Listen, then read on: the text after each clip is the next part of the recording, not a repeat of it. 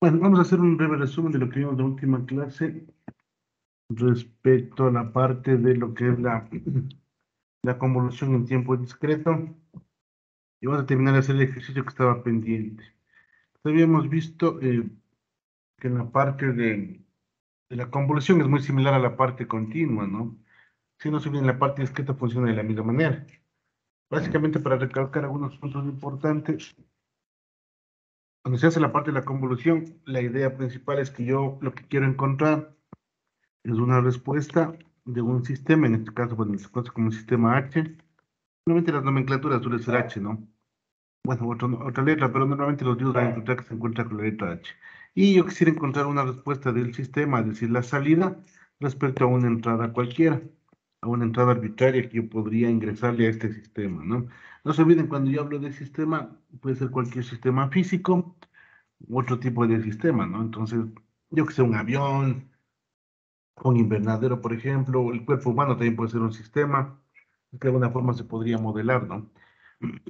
Ahora, para yo poder encontrar este tipo de respuestas arbitrarias, yo necesito conocer primero la respuesta impulsiva.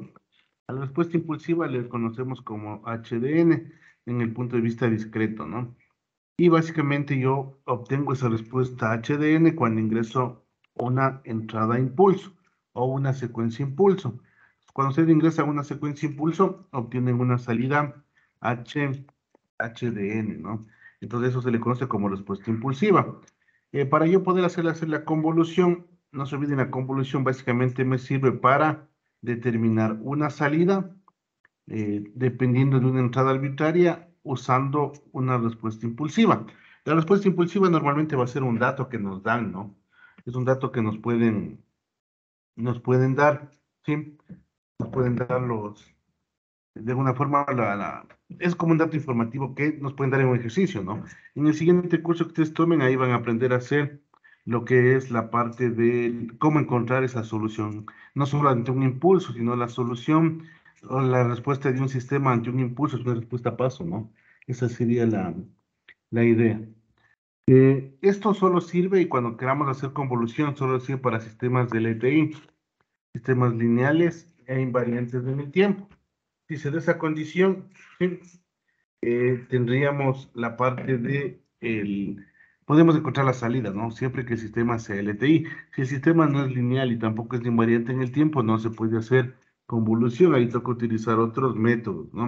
Pero convolución se hace para este tipo de sistemas que de pronto hasta puede ser muy limitado, porque no siempre vamos a encontrar sistemas lineales e invariantes en el tiempo. Sí, normalmente los sistemas suelen ser bueno, invariantes en el tiempo y de paso no lineales, ¿no? Pero para muchas aplicaciones sí se podría considerar esto.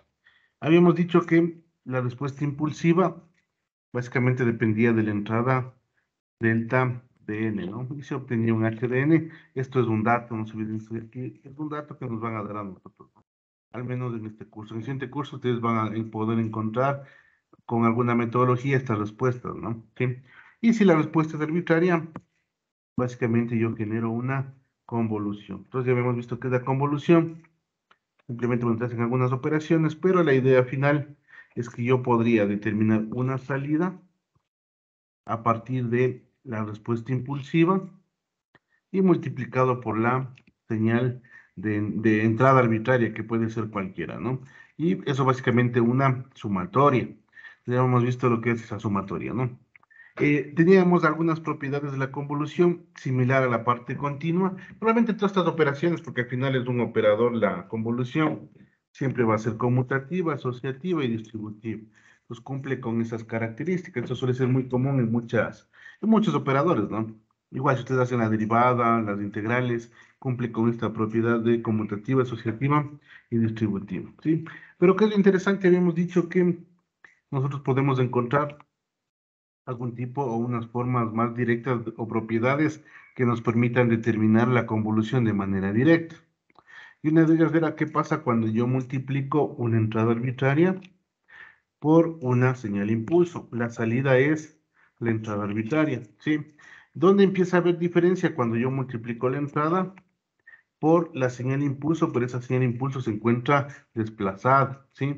Puede que esté en adelante o puede que esté en atrás. O normalmente las señales suelen estar en atraso, no aparecen posteriores, ¿sí? Es muy raro encontrar un delta de n más 1, pero de pronto para un análisis, o sea, un ejercicio te lo puede determinar, pero normalmente eso no es muy común desde el punto de vista práctico, ¿no?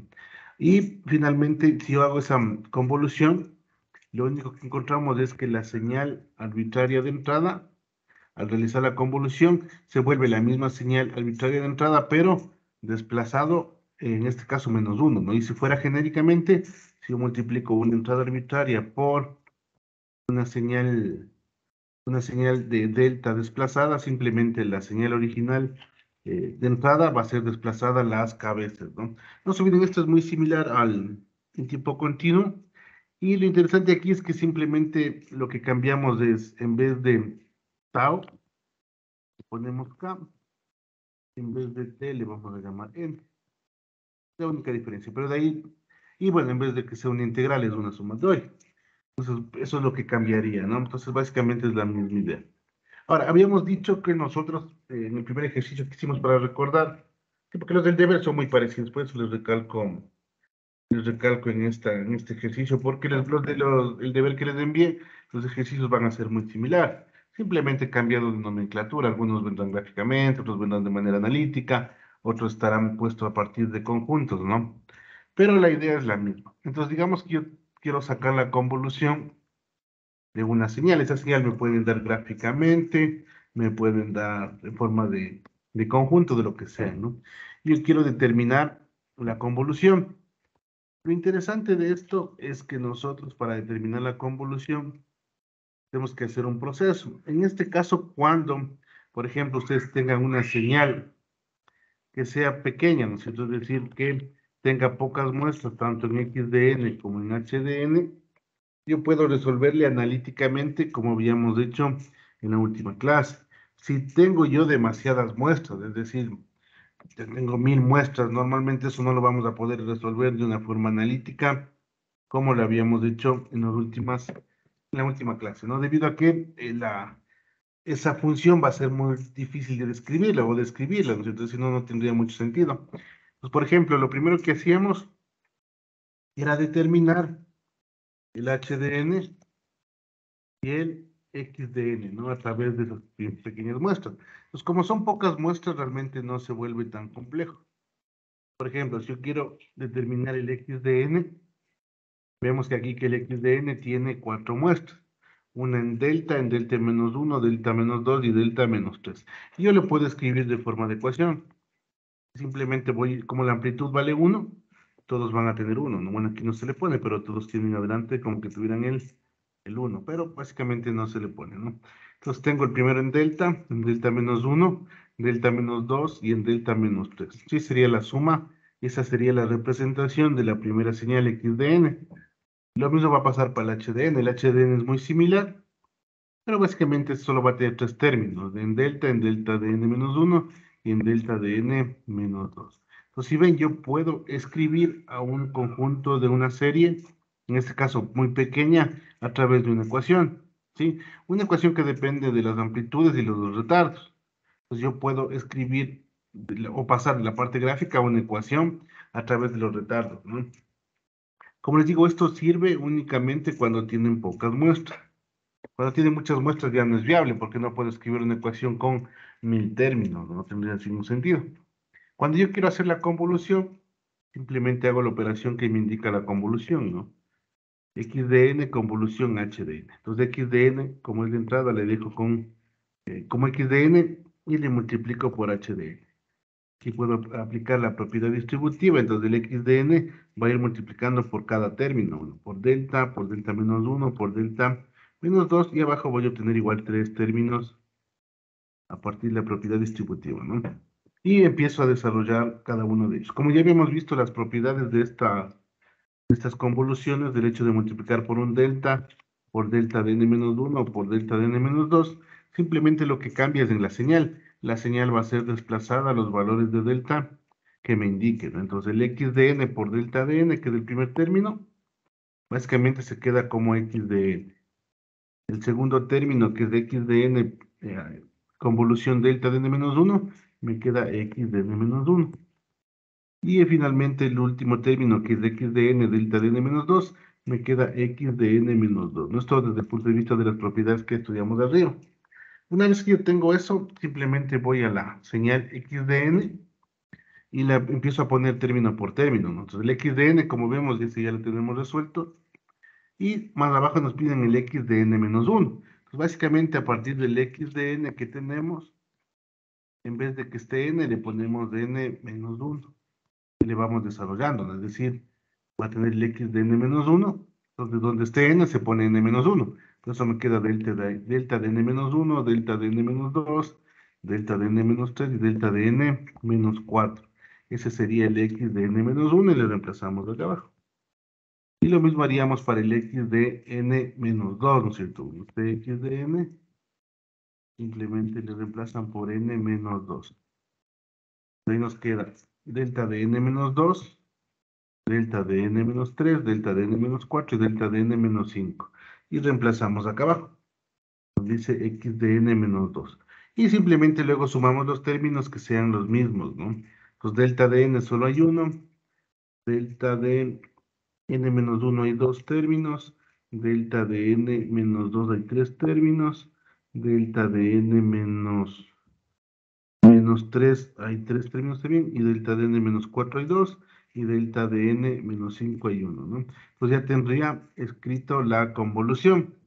Pues desde el punto de vista de ecuación, esa sería la convolución, ¿no? Como ven, es muy fácil, simplemente hay que saber las propiedades de la convolución, saber escribir el x de n en función de los retardos y simplemente sumar los términos, ¿no?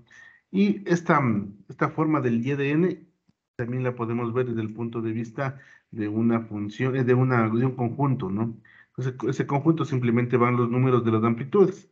En este caso, el delta de n tendría el 1, el 2 delta de n menos 1 es del 2, el 3 delta de n menos 2 es bueno el 3, y así voy escribiendo cada uno de los términos, ¿no? En este caso lo que sí necesito saber cuál es del n de 0, es decir, el delta de n, entonces en este caso coincide que es del primer número, ¿no?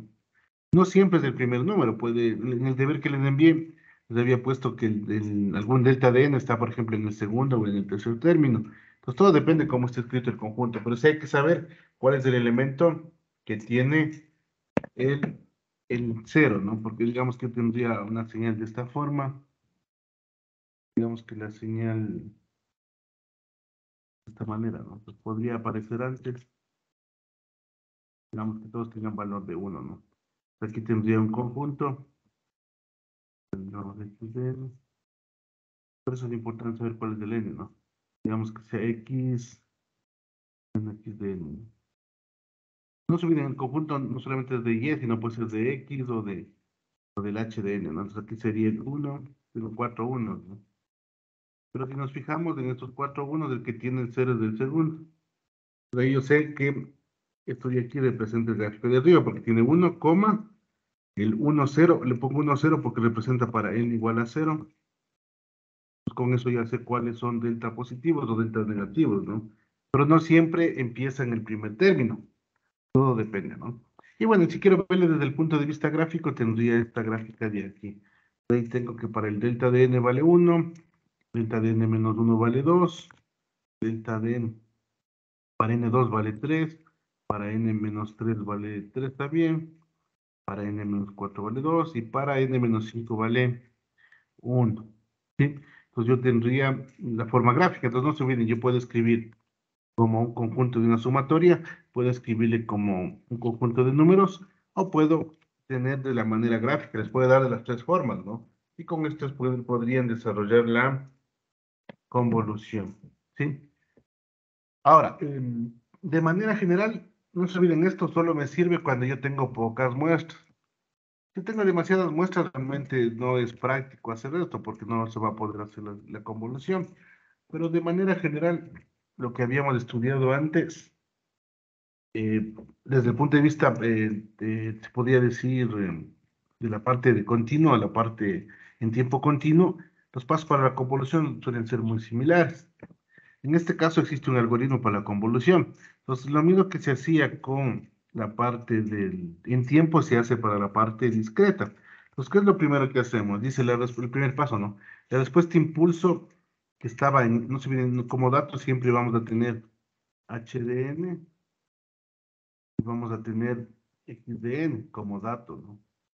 Cuando yo voy a hacer la convolución, el h de n y el x de n se deben pasar a x de k. Entonces yo primero lo que hago es h de k, posteriormente le hago la inversión en el eje, es decir, la parte de...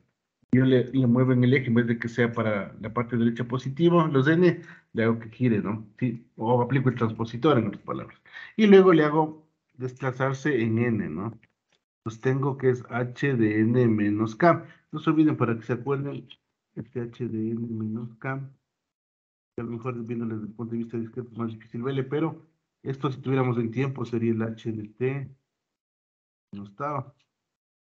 Primero le hacían h de tau, luego le hacían h de menos tau, y finalmente le hacían h de t menos tau, y el tiempo era el movimiento de la señal, ¿no? Aquí es lo mismo, lo que aquí se mueve en n, no se mueve en t. Y sería esa forma, ¿no? Entonces al final conseguimos la forma de h de n menos k. ¿Qué es lo que se hace luego? Dice, las dos secuencias x de k y h de n menos k se multiplican entre sí para todos los valores de k, fijando un n, ¿no? El n va a fijarse, ¿no? Con n fijo en un valor.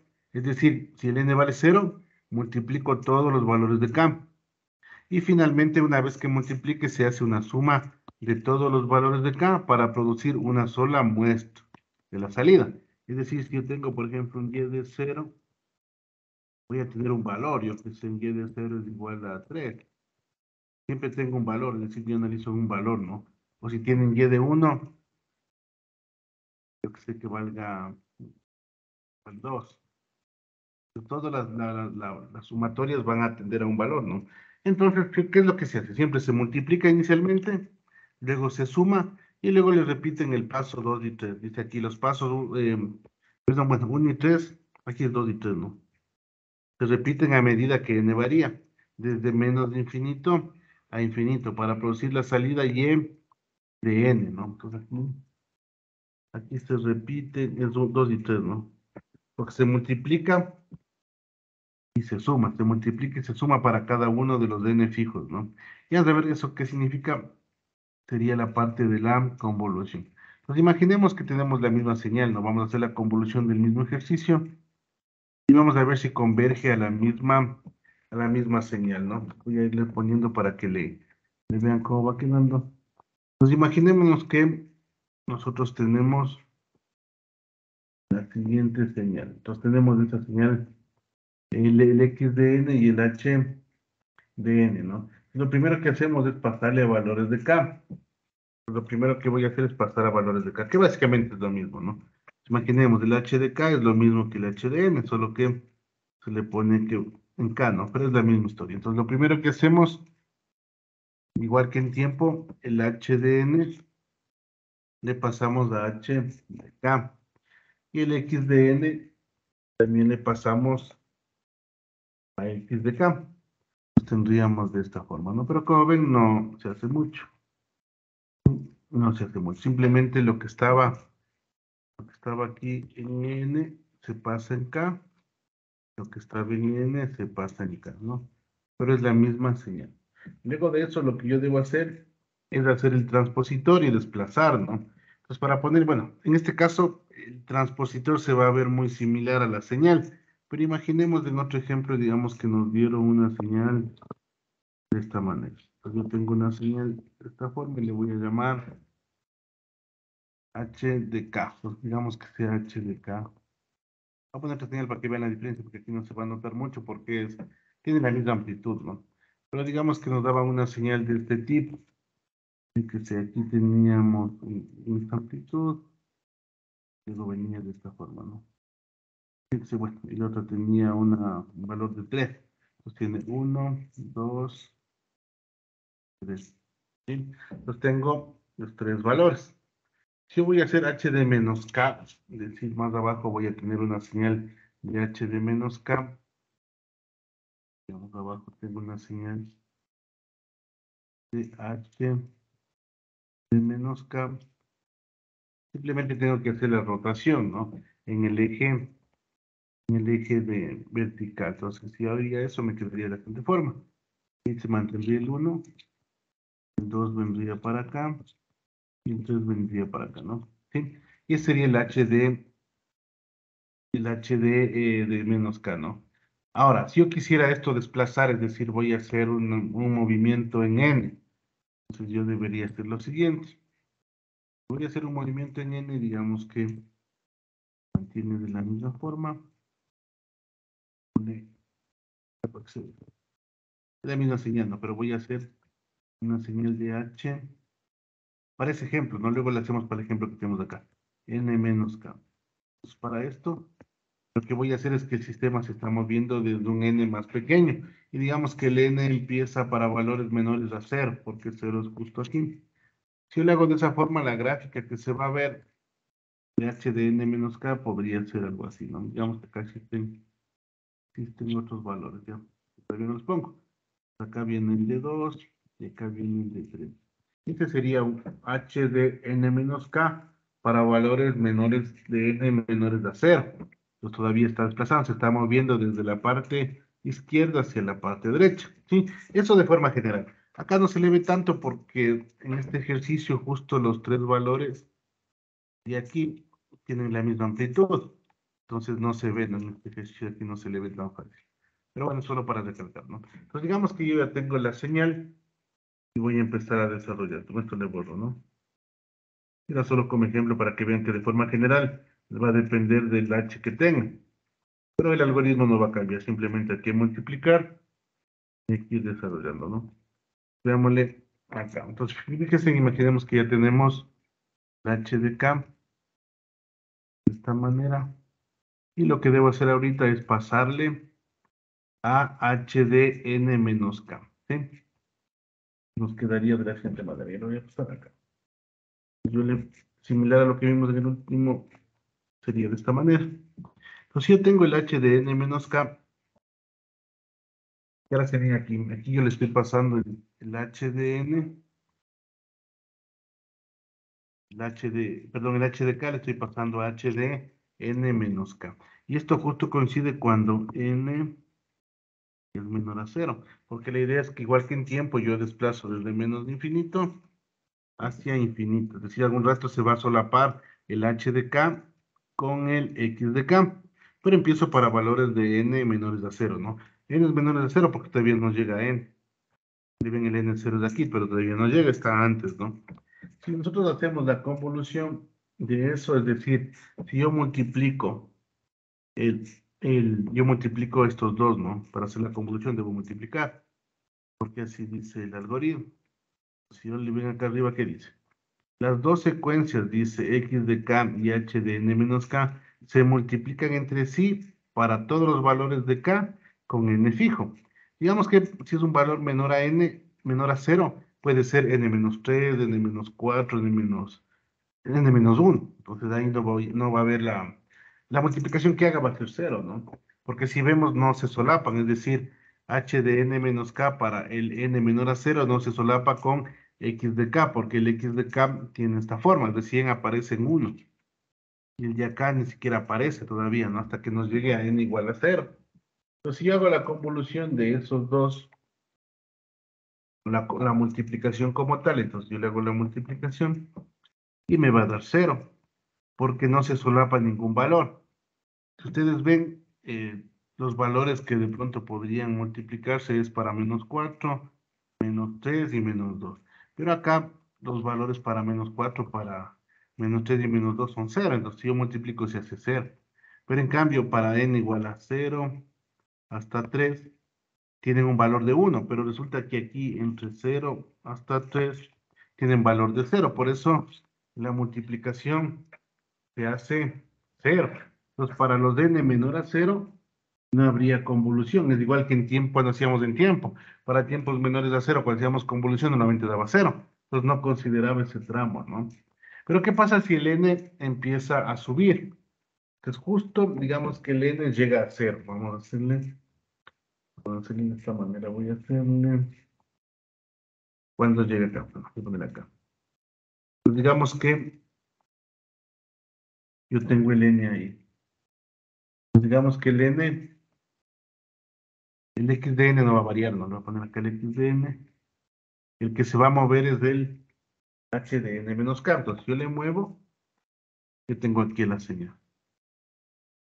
H de n menos k. Entonces le tengo ahí la señal. Entonces ustedes se fijan aquí, justo para este valor, resulta ser que el n es igual a 0. ¿Por qué? Porque justo ya llegó, mire, justo ya llegó el primer valor al n igual a 0. ¿Sí? Pues ahí yo realizo la multiplicación. Si nosotros nos fijamos bien ahí, yo al hacer la multiplicación, obviamente para valores de n igual a 1, n igual a 2, hasta 4, si multiplicamos acá, este se anularía, el n igual a 1 se anula, el n igual a 2 se anula, el n igual a 3 se anula, porque sería 0 por 1, me da 0. Entonces los valores de 1, 2 y 3 de acá se hacen 0. Y en este caso, en cambio, los valores de menos 1, de menos 2, de menos 3 también son 0. Entonces estos de aquí al hacer la multiplicación se anulan porque se hacen 0. Entonces hacemos la multiplicación entre ambos, me va a quedar esto como multiplicación. Solo el valor en n igual a 0. ¿Sí? En n igual a 0 tenemos una multiplicación. Entonces por eso dice aquí las dos secuencias x de k y h de n menos k se multiplican entre sí para todos los valores de k con un n fijo. Bueno, o con n fijo en un valor. Y es lo que pasa aquí. Yo le fijo aquí, ¿cuál es el valor fijo? El n. Justo el n igual a 0. Y multiplico todos los k. Obviamente lo interesante aquí es que muchos k son 0. Entonces al multiplicarse van a generar 0 también, como este caso, ¿no? Para todos los valores diferentes de n igual a 0 se hacen 0. Luego que hago eso, hago una sumatoria, porque luego me dicen el paso 3 del producto, se suman todos los valores de k para producir una sola muestra en y de n. ¿Cuál es del n? El n igual a 0. Entonces la salida en ese punto sería y de n, en este caso vale 0, sería igual a 1. Porque aquí hago, ¿no? Simplemente la suma. Como esto vale 1 porque es 1 por 1, me da 1. Podría sumar el resto, ¿no? Aquí sería más 0, más 0, más 0, pero no tiene sentido porque al sumar 0 no aumenta en nada, ¿no? ¿Sí? Entonces me quedaría de esta manera. Ahora, yo le empiezo a mover el n igual a 0, le voy a poner con n igual a 1. Entonces, con n igual a 1 pasa lo siguiente, nos vamos al siguiente elemento. Entonces, el x de k se mantiene fijo, voy a poner aquí el x de k, viene por acá abajo. Voy a ponerle el x de k.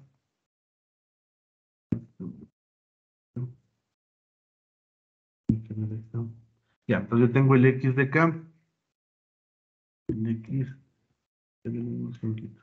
voy a hacerle para el siguiente elemento. Por eso digo que el n se vuelve fijo, ¿no? Vamos a hacerle el de acá, para el siguiente. Yo tengo el x de k que es fijo y lo que va a variar es el h de n menos k. Entonces el h de n menos k tengo este valor. Ahora, este valor en cambio está fijo el n en igual a 1. Aquí el n está fijo en n igual a 1. ¿Por qué? Porque ustedes se fijan justo el primer elemento que apareció está apareciendo en n igual a 1. Por eso dice que está en fijo en n igual a 1, ¿no? Acá en cambio, si le ven, estaba justo el valor en 0. ¿Por qué? Porque el h de n menos k se está moviendo desde menos infinito en n tras n. En el momento que llega el n igual a 0, teníamos esta parte de aquí. Cuando llega n igual a 1, quiere decir que el primer elemento está en n igual a 1, que es este caso, y procedo a hacer la multiplicación, ¿sí? De la misma forma anterior. Por ejemplo, aquí a partir del 2, en h de k se hace 0, entonces cualquier elemento se va a anular de aquí en adelante, ¿sí? Y resulta ser que para n menores a 1, como en este caso se hace 0, aquí se van a anular, ¿no? Los que sean desde a partir menores a 0, ¿no? Y si hacemos la multiplicación de esos elementos, voy a poner acá abajo, la multiplicación de esos dos elementos me quedaría de esta forma. Una vez que hago la multiplicación, porque es el paso 2 que me dice, hago la multiplicación de h de n menos k con un n fijo, me va a quedar como resultado eso, ¿sí? ¿Por qué? Porque los que se hacen cero, como a partir del 2, 3 y 4, las multiplicaciones se hacen cero, ¿no? Y de menos 1 para abajo también se hace cero, entonces solo me quedan los dos valores donde se solapen, ¿no? Entonces ahí yo tendría con un n fijo, entonces eso es lo que dice el algoritmo. Para un n fijo, multiplica todos los valores de k y luego súmales. Pues eso significa, ¿no? Como ven, realmente no es tan complicado. De pronto puede ser complicado si existen mayor cantidad de muestras, ¿no? Y aquí tengo una sola salida. No se olviden que la amplitud vale 1. Una vez que yo hago la multiplicación, obtengo la salida. Entonces sería y en 1 es igual a qué. Ahorita hago la sumatoria. Sería en 0 vale 1, en 1 vale 1, me quedaría y de 1 es igual a 2. Simplemente hice la multiplicación moviéndole al n, ¿no? No se olviden, multiplico todos los k. Pero en este ejercicio la mayor cantidad de k son ceros. Por eso van apareciendo de esa manera, ¿no? Entonces me muevo al siguiente, y así dice el algoritmo. Primero multiplica las muestras entre sí para todos los valores de k con un n fijo. Una vez que haces eso, se suman sobre todos los valores de k para producir una sola muestra en y de n y se va repitiendo el paso 2 y 3 desde menos de infinito a infinito, ¿no? Pues ahora el siguiente n que me toca es del n igual a 2. Pues la misma historia, me voy para acá. Veamos de n igual a 2. Pues el x de k se queda fijo y voy a seguir moviendo con el h de n, ¿no? Voy a seguir moviendo con el h de n. El h de n menos k se sigue moviendo. Ahora en cambio está en un valor de n igual a 2. ¿Por qué? Porque aquí está el 2, ¿no? Justo en el valor de n igual a 2 aparece la primera muestra, entonces el n es igual a 2. Entonces aquí el n es fijo y empiezo a hacer la multiplicación. Pues igual, al hacer la multiplicación, si le van viendo valor de k en k, es decir, para k igual a 3, multiplican con el k igual a 3 de acá. Para el 4, con el 4. Para el 1, con el 1 y así sucesivamente. De menos 1 se hace 0, no me importa. Entonces aquí lo único que se va a eliminar es el del 3, que acá vale 0 y allá vale 1. Entonces la multiplicación me quedaría de la siguiente forma. Al hacer la operación de la multiplicación, me queda de esta manera. ¿Sí? Como ven, realmente como ven, no es complicado. Entonces solo hice la multiplicación. ¿Qué hay que hacer? Es un valor fijo de n, multiplicarle por el x de k, ¿no? Entonces ya tengo el h de n menos k multiplicado por x de k. Entonces con un n fijo igual a 2. Y así me sigo desplazando, ¿no? Entonces aquí ya puedo hacer la sumatoria. La sumatoria me quedaría para y de 2. Esto es la muestra 2. Es igual. Y aquí hago la sumatoria. Todos valen 1, ¿no? 1 más 1 más 1 me quedaría 3. Eso para n fijo igual a 2. Me voy al siguiente para n fijo igual a 3. Pues es lo mismo, ¿no? Para el n fijo igual a 3, hago lo mismo. Tengo el x de k. El x de k está fijo. ¿Sí? Y el que se va a mover es el h de n menos k. En la siguiente iteración, ¿no? Entonces voy de esta forma. Como vemos aquí, ya se encuentra el n igual a 3. N igual a 3. Y es básicamente porque el primer término aparece en 3 ahorita, ¿no? Se está moviendo, ¿sí ven? Se empezó desde 0, 1, 2, 3 y así sucesivamente, ¿no? Y aquí hago la multiplicación. Se hace la multiplicación a partir de 4 se hará 0. Y aquí también a partir de 4 se hace 0. A partir de menos 1 se hace 0. Y aquí en cambio a partir de 0 se hace 0. Entonces veo cuáles se pueden multiplicar o cuáles de alguna forma me dan un valor no nulo, ¿no? Que al final multiplico todos. Sino que como son nulos no los pongo. No tiene sentido. Porque no van a aportar en la suma, ¿no? Una vez que hago eso, veo la multiplicación de este elemento contra este elemento. Y vamos viendo que existen valores solo para 1, 2 y 3. ¿Sí? Si no le hacen, o sea, solo se le ven, ¿no? Van multiplicando término a término y se dan cuenta que los sean 0 se hacen 0 y los que tienen que hacerse un valor, sea 1, sea 2, el valor que tengan, ¿no? En este caso considero que todos tienen un valor de 1, pero no necesariamente, ¿no? Entonces aquí yo ya sé que la muestra en y de 3, la salida en y de 3 sería igual a 1 más 1 sería 3, ¿no? Entonces, en y de 3 vale 3. Y así se va desarrollando. No se olviden, la convolución en cambio va a ser, ahorita estoy sacando término a término, no se olviden que cuando ya tenga la convolución completa, aquí dice que es la sumatoria, ¿no? Al final tengo que obtener la sumatoria. Lo que estoy obteniendo es el elemento a elemento, elemento. Luego vendría a ser ya el total, ¿no? Que va a ser el aporte de y de 0, y de 1, y de 2. Sí. En este caso coincidió que había un valor en y de 0, ¿no? Pero en otros casos puede coincidir que hay un valor en y de menos 1, por ejemplo. Pues tendrían que sacar el y de menos 1 también.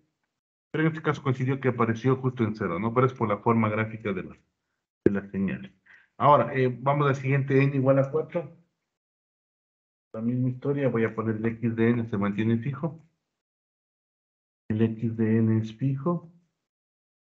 Y el h de n menos k se sigue moviendo. ¿Sí? Se sigue moviendo, se sigue desplazando, ¿no? No se olviden aquí, por eso dice para un n fijo. Entonces, en este caso, el n fijo sería 4, ¿no? Porque aquí el primer término ya está en 4. Entonces, de ahí tengo que hacer la convolución. ¿Sí? La multiplicación y luego la suma. La acumulación es la parte total cuando ya le unamos todas las salidas, ¿no? Entonces yo tendría ya esta señal. Entonces si ven aquí, a partir de 4 se haría 0. Entonces aquí la multiplicación, bueno, el 4 se va a eliminar, ¿no? Este término de 4 de aquí. Y desde menos 1 para atrás, desde 1 para atrás hacia 0. Entonces también van a eliminar estos dos de aquí, ¿no? La multiplicación, en este caso, como tienen amplitud 1 y 1, me quedaría simplemente dos elementos, ¿no? Al multiplicar los dos únicos elementos que van a dar un valor no nulo, porque al final multiplico todos los K, ¿no? Pero la mayoría me salen nulos, entonces solo veo los que aporten en un sentido de que no sean nulos, ¿no? Entonces en la multiplicación tengo esta señal que está abajo, ¿no? Simplemente dos valores. Aquí vendría a ser y de 4, porque el n es fijo para ese valor, y me dan, la suma sería, como valen 1, 1 más 1, 2, ¿sí? Entonces ya tendría la salida. Y finalmente, le hacemos para un último valor. Entonces va a ser la misma idea. Ahora el n en vez de 4 va a ser n igual a 5. El x de k en este caso es fijo. Y el h de n menos k se movió a un siguiente n, ¿no? En este caso para un n igual a 5. N igual a 5. Sí, porque el primer elemento de la señal aparece en 5. Entonces, ¿qué hace la multiplicación? Aquí a partir de 6 se hace 0, aquí a partir de 4 se hace 0. Pues eliminarían estos dos de aquí. Y desde 2 para abajo es 0, entonces eliminarían pues el 0, el 1 y el 2, ¿no? Solo me quedaría un elemento. De la multiplicación, gráficamente me quedaría de esta manera. Es solo un elemento en este caso, ¿no? Al hacer la multiplicación de este elemento por este elemento, me queda solo un término, el resto se hace 0. Pero siempre multiplico elemento, elemento de k, ¿no? Que se hagan nulos, bueno, y es otra cosa. Y aquí ya puedo sacar el y de 5. Y de 5 igual a 1, ¿no? El y de 5 sería igual a 1. ¿Sí? Y bueno, y finalmente, si empezamos a hacer valores superiores a 5, ya no habría solapamiento. Entonces, por ejemplo, pongámosle para n mayores a 5, ¿no? Quedaría de esta forma. Entonces, n mayor a 5 sería 6, ¿no? Digamos, a partir de acá, ¿ya? Bueno, hagámosle fijo. Pues, pongámosle de forma general. Si el n ya vale mayor a 5, al hacer la multiplicación ya me da 0, porque ya no coincide ninguno con ninguno, ¿no? Por ejemplo, aquí desde 3 se hace 0, acá ya se van a eliminar todas estas señales. Y desde 4 se hace 0, entonces también se van a eliminar todas las otras. Y al hacer la multiplicación para n es mayor a 5, ya no existe convolución, la convolución se puede decir que es nula, ¿no? Entonces hacemos la multiplicación para n superior a 5 y ya y los valores salen 0, entonces ya en y de 6, por ejemplo, ya es 0. Ya no tendría sentido ponerle, ¿no? Esa es la forma como sería la convolución desde el punto de vista gráfico. ¿Sí? Como ven, de pronto el analítico es mucho más fácil, pero básicamente va a depender de la aplicación que tengamos, ¿no? O del ejercicio, ¿sí? De pronto es más fácil hacerlo desde el punto de vista analítico, será así, ¿no? O si no, desde el punto de vista gráfico. Ahora, otra cosa más, tendrán bastante cuidado, o bueno, más de cuidado esto de aquí. En este caso, ¿no? Como hacemos la convolución, habíamos puesto que, de forma general, la convolución es de x de k por h de n menos k. Pero ustedes podrían hacer al revés. ¿Por qué? Porque la, la convolución también es conmutativa. En algunos casos donde resulte más fácil hacer la multiplicación al revés, es decir, mantenerle fijo al h de k y variarle al x de n menos k, también se puede hacer, porque la convolución es conmutativa. Todo va a depender del ejercicio, ¿no es cierto? Entonces, de pronto resulta más fácil variarle uno que tiene pocas muestras a uno que tiene muchas muestras. Todo va a depender cómo se le haga, pero pueden hacer de ambos casos, ¿no? Mantener fijo al x de k o mantener fijo al h de k. Y el x de k hace el x de n menos k. Pero de forma general se suele hacer de esta manera, con la respuesta impulsiva desplazándose, ¿no? Y finalmente, si yo le pudiera escribir esta ya la salida, como que decía, para saber cuánto me quedaría ya como respuesta final, podríamos ya empezar a hacer escribirle, ¿no? Me quedaría de la siguiente manera. El y de n, vamos haciendo, ¿no? Y de n va a ser igual. Entonces, si le vemos de aquí, escribamos desde el punto de vista de conjunto, lo vamos viendo. En y de 0 vale 1, 2, 3, 2, 1, ¿no? Entonces yo le escribo desde el punto de vista de función, perdón, de conjunto, sería 1, 2, 3, 2, 1, ¿no? Entonces así estaba. 1, 2, 3, 2, 1. 1, 2, 3, 2, 1, ¿no? 1 en 5. Entonces, como ven aquí, yo necesito saber cuál es el n igual a 0. Entonces aquí hay que ponerle el n igual a 0, ¿no? Entonces aquí se, perdón.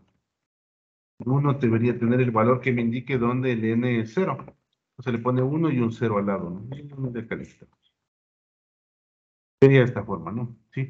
Esa sería la manera de escribir desde el punto de vista de conjunto, ¿sí? Desde el punto de vista de conjunto.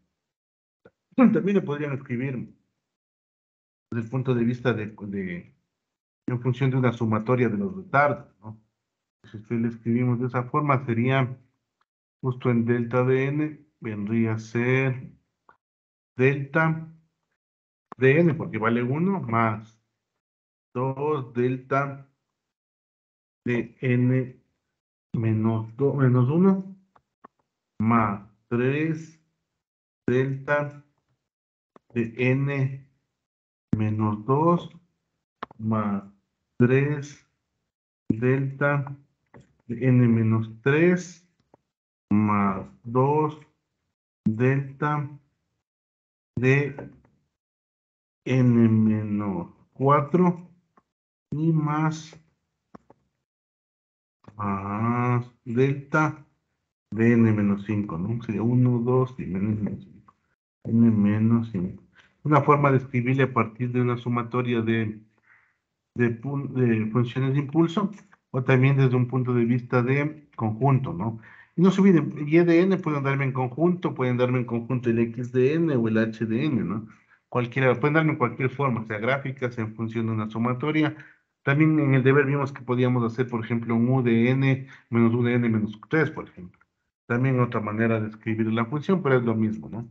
Entonces, esta tendría que ser muy similar a la que encontramos analíticamente, que estaba aquí, ¿no? Delta 2, 3, 3, 2, 1. Sino 1, 2, 3, 3, 2, 1, ¿no? Acá es lo mismo, sino que lo hicimos desde el punto de vista gráfico, que de pronto puede estar un poquito más largo, ¿no? ¿Sí? Y también si quisiéramos finalmente, podríamos dejarle gráficamente, ¿no? Y esta ya sería la convolución, miren. Tanto, o sea, la convolución como tal, ya sería esto, ¿no? La respuesta como tal. Y estos pasos que vimos acá eran, primer paso, ¿no es cierto? Le pasamos a x de k y h de k. Le cambiamos del h de menos k y luego le hacemos h de n menos k y el n vamos a irle moviendo. Con un n fijo, multiplicamos todos los k y luego sumamos, ¿no? Pasamos al siguiente n, multiplicamos todos los k y sumamos. Pasamos al siguiente n, multiplicamos todos los k y así hasta que ya no exista solapamiento. Y al final el solapamiento se empieza a hacer cero, entonces para n mayor a 5, la salida de y va a ser cero para el resto de valores, ¿no? ¿Sí? En este caso coincidió que apareció un valor inicialmente igual a cero, pero no necesariamente es así, no podría aparecer antes, ¿sí? Ya, esa sería de manera general la parte gráfica. Como ven, esto es simple cuando no tienes muchas muestras. Cuando tienes ya mucho más muestras, mucha cantidad de muestras, esto ya no es práctico. Ya te damos 50, 60 muestras, o sea, no tendría ningún sentido, ¿no? Ya se vuelve un poquito más complicado. ¿Sí? Bueno, pregunta, Eric Alarcón, no sé si me escuchas. Sí, Inge, buenas tardes. No sé si tienes alguna pregunta de la convolución desde el punto de vista analítico y gráfico. No, ingeniero, todo claro. Ya. Entonces, en el deber que les envié están ejercicios muy parecidos, ¿no? Y la idea es que básicamente ejerciten porque la parte que viene luego, que es la transformada Z, esa es la parte interesante porque es muy similar a la plus, ¿no? Ahora les voy a plantear un ejercicio que solo les voy a dejar planteado, pero esto ya no sería parte de la prueba del día miércoles, ¿no? Esto ya no sería parte de la prueba del día miércoles, pero para que vayan viendo qué nos va a tocar trabajar luego, ¿no? Entonces vamos a poner un ejemplo. Esto de aquí ya no es la parte de la prueba, ¿no? Pero les voy a poner un ejemplo. ¿Qué pasa si ahora las señales discretas no tienen pocas muestras, sino que tienen un conjunto de muestras mucho más grandes, ¿no? Pues para una entrada x de n cualquiera, ¿no? Y si nos dan la respuesta impulsiva, la h de n, impulsiva HDN. Entonces puede ser cualquier respuesta impulsiva y cualquier entrada HDN, ¿no? Siempre de un sistema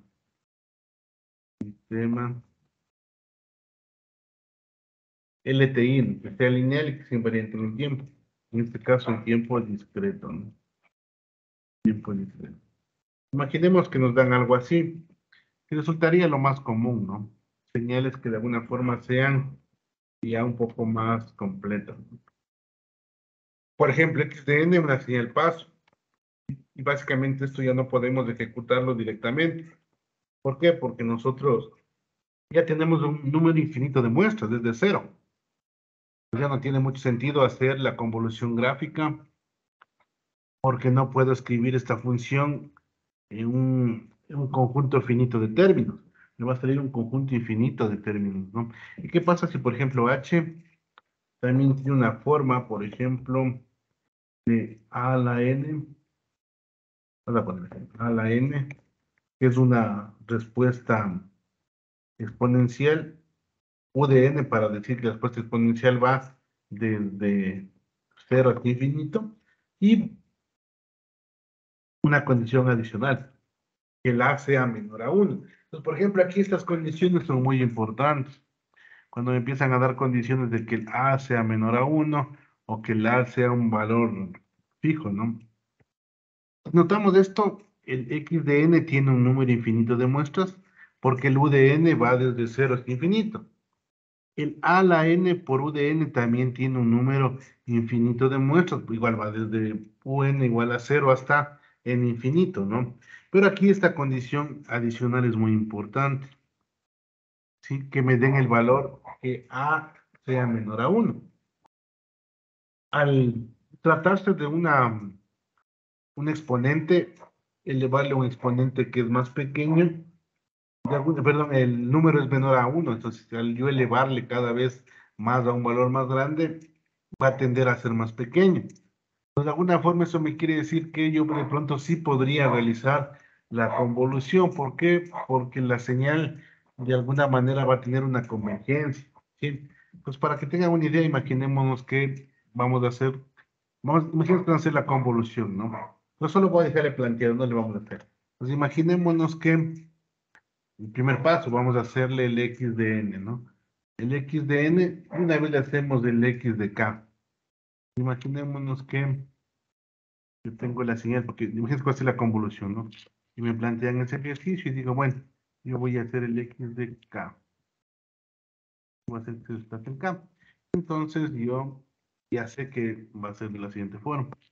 Desde el n igual a 0, un conjunto de señales de impulso con valor amplitud 1 de manera infinita, ¿no? Y todos los valores de k, desde 0.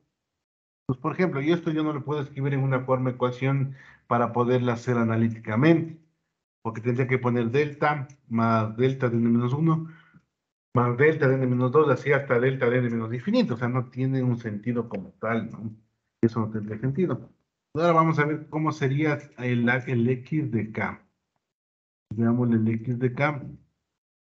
Vamos a hacer el x de k. Pues imaginemos que aquí es la misma señal. Vamos a hacer el x de k. Perdón, el h de k, ¿no? Ahora hacemos la inversión. Tenemos el h de k. Entonces, obviamente, empieza un valor para n igual a 0. Vendría a ser desde 1. Y empieza a decrecer, ¿no? Esa es la ventaja de que la A sea menor a 1. Existe una forma en donde cada vez que aumente el n, va a ir decreciendo, ¿no? De manera exponencial. Y podemos también sacar, igual esto tiene un número de términos de infinito, ¿no? Porque aquí el n va incrementando hasta infinito. Si llega a ser infinito, el a de infinito vendría a ser 0, ¿no? O el a al infinito. Ahora, si yo le hago el h, vamos a hacer el h de n menos k, ¿no? De una vez. Si le hago el h de n menos k, ponerle por acá, ahí le vemos directamente. Lo hago así. Voy a hacerle el h ya de n menos k directamente. Si ya le hago la cambio de signo al k y de paso le despejo, ¿no? Y voy a hacer para n menos de 0. Para que sean valores que están más acá abajo. Entonces, si le graficamos eso, va a ser algo así. Va a ser en el primer valor el más alto. Bueno, hagámosle para n menor a 0. Este vale 0, ¿no? Pues va a ser para n menor a 0, digamos que por aquí me aparece el primer valor. Lo tengo aquí. Y de ahí va a ir decrementándose, ¿no? Así sucesivamente. Y de manera infinita, es decir, el decrecimiento va para valores hasta menos de infinito. Y en teoría va hasta menos de infinito. Eso sería para valores de n menores a 0. Si hago la convolución ahí, perdón, si hago la multiplicación ahí, al multiplicar h de n menos k por x x de k, al multiplicar ambas me va a dar 0, porque no existe solapamiento. Pero ¿qué pasa cuando el n ya empieza a crecer? Empieza ya a tener valores mayores a 0. Pues yo al momento de hacer eso tendría algo así. El sistema, listo aquí, y empieza a ver el solapamiento, ¿cierto? Para n mayor a 0. Y le voy a llamar h de n menos k. Ahí va a empezar a ver solapamiento. Es decir, yo que sé, para el primer valor aquí, segundo valor acá, y así va a ir decreciendo, ¿no? De valores más pequeños. Entonces ahí va a haber convolución, va a haber multiplicación, porque si multiplican por el x de n ya va a empezar a tomar muchos valores, ¿no? Y si empieza a moverse el n más adelante, esto va a ser en k, ¿no? Entonces, si el n se sigue moviendo, va a haber una sumatoria que se vuelve cada vez más grande, más grande, más grande, porque ya va a haber solapamiento de valores, de mayores valores de n, ¿no? Pero lo interesante es que esto cada vez que se está moviendo, también resulta ser que los valores empiezan a decrecer, hasta algún rato hacerse muy pequeñitos, ¿no? Ya valores muy pequeñitos, entonces las sumatorias de alguna forma ya no tienden a ser infinitas. A eso se le llama convergencia, ¿no? Es decir, en ciertos casos yo podría encontrar una convergencia de series. Es decir, yo al hacer la multiplicación y la suma, es muy probable que estas señales al multiplicarse y al sumarse no se vayan a valores de infinito. Eso gráficamente sería como decir, yo tengo algo así, digamos que tengo algo así, ¿no? Y empiezo a hacer la multiplicación. Como sé que una señal, a pesar que se mueve en n, los valores finales siguen siendo muy pequeñitos, es muy probable que una señal pueda llegar a ser algo así. Crece en las primeras sumatorias, pero luego al multiplicarse por valores más pequeños, esta sumatoria llega a tener un valor constante. Es decir, podría llegar a tener valores y podría llegar a tener una convergencia hacia un valor, ¿no? O al menos se pueda describir en una ecuación en donde exista una ecuación que me represente toda esa multiplicación por esa sumatoria. Entonces, eso es la convergencia como tal. Entonces, para estos ejercicios, después de la clase que pasemos la prueba, vamos a estudiar un poco de lo que son la convergencia de las series. Es decir, si yo tengo un conjunto infinito de muestras y multiplico por otro conjunto infinito de muestras y hago una sumatoria global, es muy probable que bajo ciertas circunstancias de esa convergencia tienda hacia un valor y pueda encontrar una función. Entonces la convolución ya se vuelve una función. Entonces eso ya resulta ser mucho más viable, es decir, esto ya vuelve un poco más sencillo hacer la convolución, pero eso solo sucede bajo ciertas circunstancias, ¿no? Es decir, no todas las señales podrían tener convergencia. Normalmente las exponenciales con valores de a menores a 1 sí suelen tener convergencia. Y bajo otras circunstancias también existen otras formas de convergencia, ¿no? Eso vamos a ver ya posteriormente y eso nos va a servir mucho para ver lo que es la transformada Z. Básicamente es describir una señal de un montón de valores numéricos de una serie infinita de puntos a una ecuación bajo una que se llama transformada Z, ¿sí? Que es muy similar a la transformada de Laplace, pero nos sirve para sistemas discretos. Eso sería en el siguiente capítulo. No sé si alguien tiene alguna duda hasta ahí. ¿Alguien, alguna pregunta? Tania Zambrano, ¿me escuchas? Sí, profe. No sé si es alguna duda, si está claro esto. No, ninguna duda, profe, sí está claro. Ya, yo les había puesto un deber, no sé si ya me empezaron a realizar el deber, bueno, os voy a mostrar, ¿no? En este deber, lo pueden presentar hasta el día viernes, ¿no? Pero no se viene la prueba del el día miércoles. Entonces, los ejercicios, bueno, los primeros ejercicios eran de transformada de Fourier, que simplemente es tratar de resolver las integrales, ¿no? Eso resulta ser la parte más complicada. Y la otra son ejercicios muy similares de los que hemos visto ahora, ¿no? Tanto desde el punto de vista gráfico como desde el punto de vista analítico.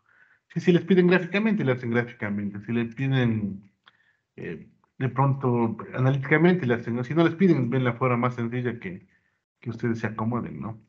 Entonces vamos a verle. Déjenme ver si les... Ah, no, sí está el deber. Entonces, vamos para que le vean cómo quedó el deber. Son ejercicios muy parecidos a los que vimos el día de hoy, ¿no? Voy a compartir. Ya. Bueno, los primeros son de la transformada de Fourier, que simplemente hay que encontrar la ecuación y hacer las integrales, ¿no? Y aquí está. Por ejemplo, en este quise calcular, en el ejercicio 3, ¿no? Dice calcular x de n por h de n. Por ejemplo, aquí el x de n le doy de una forma. En este caso solo tiene dos muestras, en delta y en delta de n menos 1. Y el h de n, en cambio, está dado de una forma que es u de n menos u de n menos 3. Pero básicamente es lo mismo. Simplemente le ponen el u de n. Luego le ponen el u de n menos 3, le restan y se van a dar cuenta que solo van a tener el 0, el 1 y el 2, solo te lo muestro de aquí, ¿no? Lo mismo pasaría en x de n. Aquí está escrito, miren, de otra forma, como una función que está dividida por partes. Vale 1 desde n igual a 0 hasta 5. Y acá en cambio, bueno, tienen dos tramos, ¿no? Vale 1 de 2 a 7 y vale 1 de 11 a 16. Pero simplemente es para practicar, ¿no? Al final, ustedes pueden hacer, desde el punto de vista gráfico, capaz si resulta un poco más largo porque tienen que pasar por las primeras muestras y luego por las siguientes muestras. Entonces se vuelve un poquito más complicado, ¿no? Y finalmente el 4, que igual es lo mismo, ¿no? Analíticamente es muy sencillito, es muy similar al anterior, solo que ahora en HDN tiene un valor de menos 1. Sí tiene un valor de menos 1. Entonces, analíticamente resulta muy sencillo, gráficamente de pronto sí les toque hacer algunas algunos lazos porque son 4 muestras y 4 muestras, ¿no? Tiene que pasar todas las muestras, ¿sí? Y finalmente en el 5 es igual x de n y el h de n, pero ahora están escritos de otra forma. Si ven, están escritos de forma de conjunto.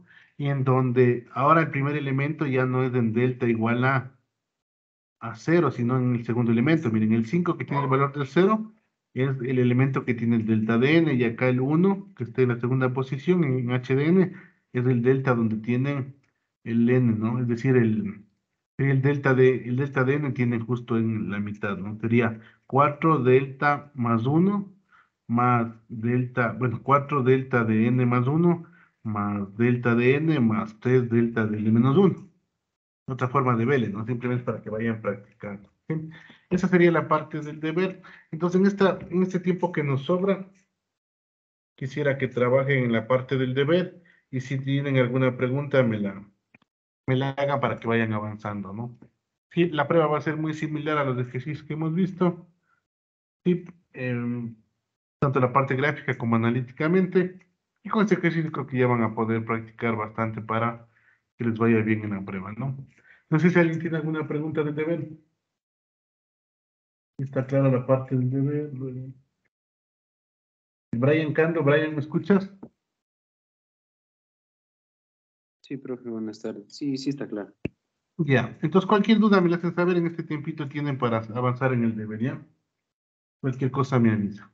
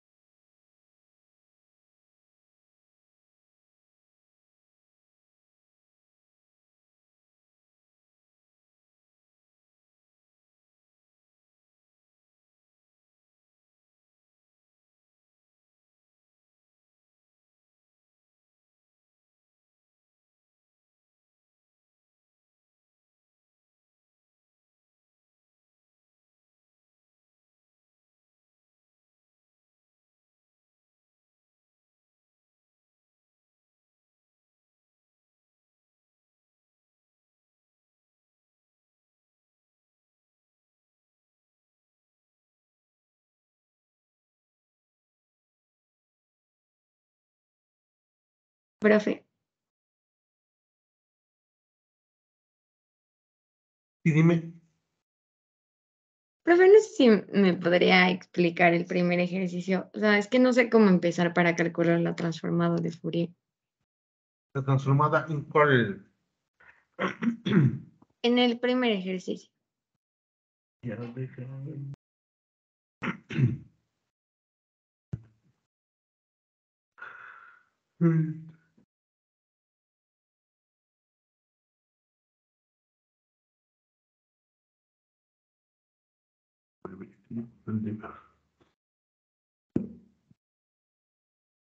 Déjame dónde.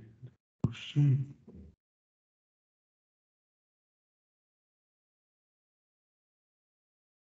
Ahí.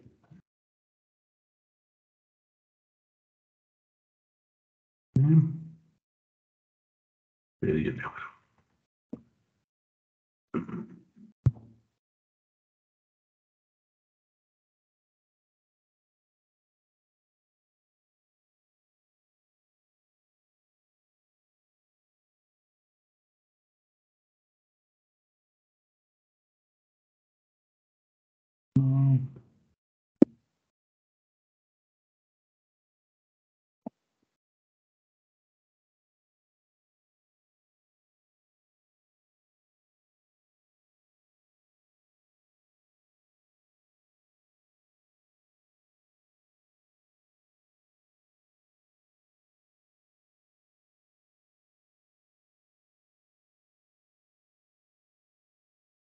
Dicen que sea 2 a la 4t coseno de 10t. Sí, profe. Ya verás, aquí, por ejemplo, en los límites, bueno, en la parte 2 no hay problema porque ahí ya te dan los límites, ¿no es cierto? Entonces, y ahí está limitado, por ejemplo, en el ejercicio de aquí, en el ejercicio 2 va desde 0 a 2, entonces desde 0 a 1 tiene un valor y desde 1 a 2 tiene otro valor. Pero en este caso, si tú le ves, tienes del u de t, ¿no es cierto? Entonces, ese u de t te está diciendo básicamente que la integral de la convolución va a ir desde 0 hasta infinito. Sí, entonces del x de t, no sé si te acuerdas, tienes aquí, esta vendría a ser la parte de la abajo.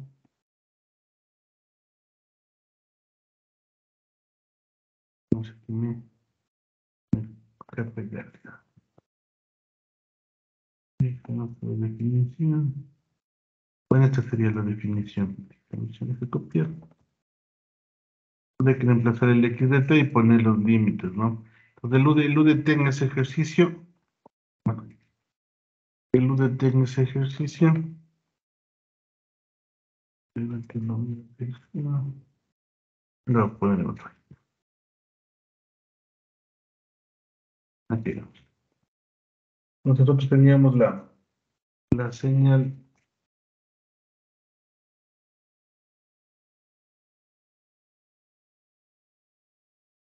y el escudo.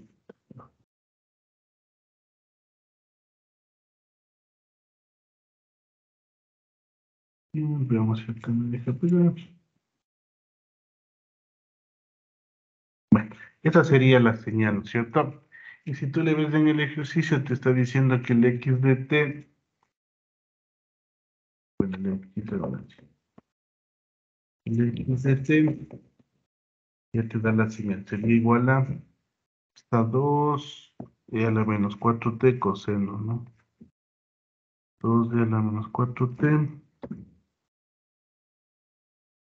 2 de a la menos 4t, y esto que multiplica el coseno de 2t por u de t, ¿no? Por u de t. Entonces el u de t ya me va a dar los límites de integración. Sí, entonces, déjame hacer el ejercicio. Ah, no, 10t. Pero bueno, es lo mismo, ¿no? Entonces, 10t. De momento que me da esto, yo directamente y entiendo que el u de t me está dando el límite. Entonces el u de t me va a decir que va desde 0 hasta infinito. Entonces aquí simplemente ya le reemplaza de esto de acá, ¿no? Y le reemplazaría de aquí. sería ahí. Entonces tienes de esta forma. Tendrías de esta manera, ¿no? Aquí de pronto le puedes pasar, bueno, el 2 se puede salir. Aquí lo que tienes que hacer es la parte del integral. De ley te va a tocar hacer un integral por partes. De pronto este de aquí le podrías dejar en un solo término. Hacer pasarle para acá. Podría quedar acá, ¿no? Control B. Y te quedaría con menos. Sí, ¿no? Te puedes hacer de esta forma. Como los dos están en función de t,